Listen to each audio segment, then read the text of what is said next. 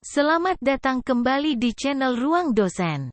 Pada video pembelajaran kali ini kita akan membahas mengenai endositosis dan eksositosis. Sebelum menyimak video ini, kami berharap Anda telah menonton video kami sebelumnya mengenai membran sel untuk memudahkan dalam memahami materi dalam video pembelajaran ini. Endositosis adalah proses di mana sel mengambil zat atau partikel dari luar sel dan membawanya ke dalam sel melalui invaginasi, penjepitan, membran sel.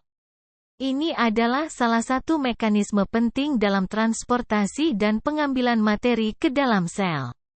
Sedangkan eksositosis adalah proses di mana sel melepaskan zat atau partikel dari dalam sel keluar sel melalui pelepasan vesikel yang mengandung zat tersebut.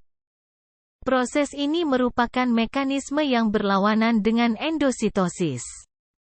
Terdapat 3 jenis endositosis yakni fagositosis, pinositosis, dan endositosis termediasi reseptor. Fagositosis meliputi pencernaan partikel besar, bahkan sel mikroba utuh.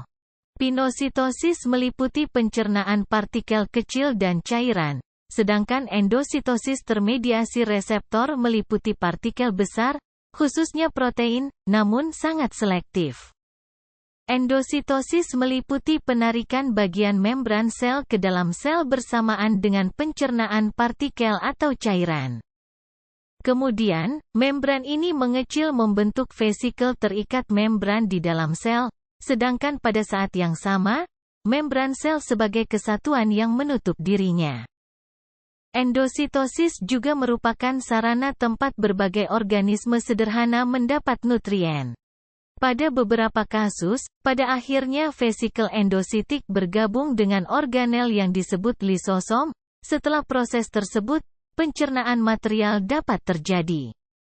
Di dalam sel, keberadaan vesikel ini bergantung pada jenis endositosis yang terlibat dan juga materi yang terkandung. Tahapan endositosis dapat dilihat pada gambar terdiri dari 1. Pengikatan, 2. Pembentukan vesikel, 3. Pelepasan lapisan kiatrin dari vesikel, 4. Penggabungan dengan endosom, 5. Daur ulang reseptor terhadap membran plasma, dan 6. Degradasi di dalam lisosom. Gambar ini menunjukkan contoh eksositosis dari neurotransmitter ke dalam sebuah sinaps dari neuron A ke neuron B.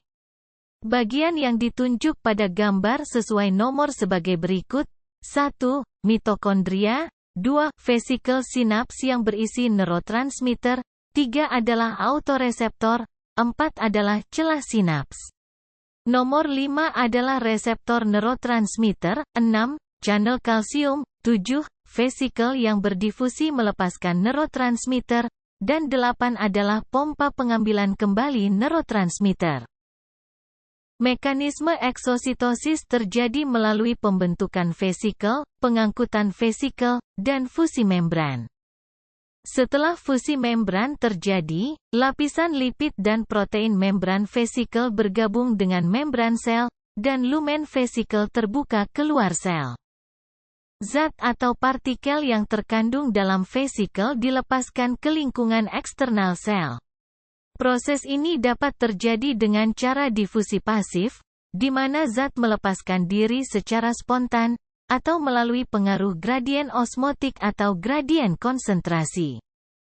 Demikianlah video pembelajaran kita kali ini mengenai endositosis dan eksositosis.